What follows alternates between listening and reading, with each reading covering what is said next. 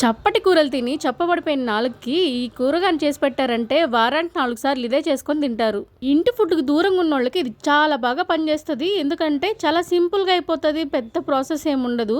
పాత రోజుల్లో మా నాన్నమ్మ అయితే చింతపండు పులుసుతోటి చేసేది. మా నాన్న వాళ్ళు చెప్పేవాళ్ళు, మీ నాన్నమ్మ ఎండుమిరపకాయలని నలిపి చేసిద్దమ్మా, ఆ కూర చేసినప్పుడు మేము ఒక కంచం తినేవాళ్ళు, ఆ టైంలో 2 కంచాలు తింటాము అనేసి. అయితే నేను ఇవాళ చింతపండు ప్లేస్లో మామిడి గుజ్జు వేసి చేస్తున్నాను.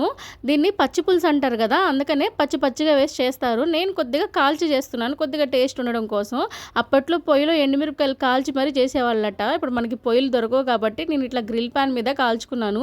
కాల్చుకున్న వాటిని ఇట్లా మిక్సీ జార్లో వేసేసుకొని మెత్తగా పౌడర్ చేసుకొని దాంట్లో వాటర్ పోసుకొని కొద్దిగా పసుపు ఉప్పు వేసుకొని సన్నగా కట్ చేసుకున్న ఆనియన్స్ వేసుకొని కొద్దిగా కొత్తిమీర వేసుకొని దీనిలోనే కొద్దిగా పోపు పెట్టి వేసుకున్నామంటే వేడి అన్నంలోకి అద్భుత అన్నట్లుంటుంది. సరిగ్గా వేస్తే ఉప్పు కారాలు నషాలానికి అంటాలంతే. ఇందులోకి ఆమ్లెట్ కాంబినేషన్ అద్దిరిపోతుంది అంతే. ఇంకా నాకైతే చేసేటప్పుడే నోరూరిపోయిందని నేను వంటగదిలోనే తినేసాను. మీకు కూడా నచ్చిందా? నచ్చితే మీతో నెల్లూరమ్మని లైక్ చేసి సబ్స్క్రైబ్ చేస్తారు కదా.